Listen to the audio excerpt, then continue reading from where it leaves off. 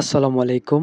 বিভিন্ন সময়ে কালের পরিক্রমায় বিভিন্ন সংগঠন প্রতিষ্ঠা করেন, যেমন পবা সংঘ।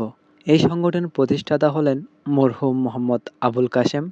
প্রতিষ্ঠাকাল ১৯৭৪ ইংরেজি, যা ১৯৮৪ ইংরেজি সালে সমাজসেবা অধিদপ্তরের নথিভুক্তের মাধ্যমে রেজিস্ট্রেশন প্রাপ্ত হয়।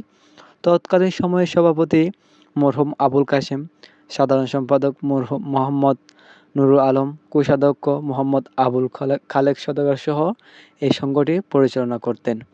তারপরে রয়েছে যুব কল্যাণ সমিতি। সমাজ সংস্কারে বিভিন্নভাবে অবদান রাখার জন্য ১৯৯২ ইংরেজি সনে যুব কল্যাণ সমিতি নামে একটি সামাজিক সংগঠন প্রতিষ্ঠিত হয়। এই সংগঠনের মাধ্যমে সুন্দর সমাজ প্রতিষ্ঠা ও মসজিদে মুসল্লিদের নামাজমুখী করতে ঘরে ঘরে গিয়ে মানুষদেরকে আহ্বান করা হতো।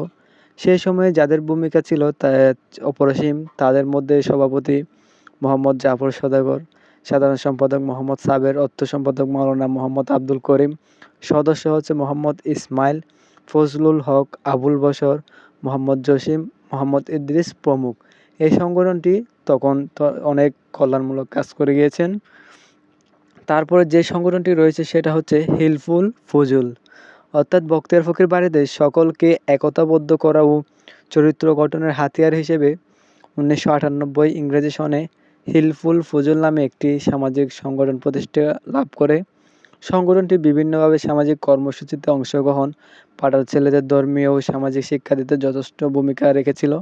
তৎকালীন সময়ে সভাপতি মোহাম্মদ নাজিম উদ্দিন, সাধারণ সম্পাদক মোহাম্মদ শাহজাহান এবং অর্থ সম্পাদক মোহাম্মদ হারুনুর রশিদ সহ প্রমুখ।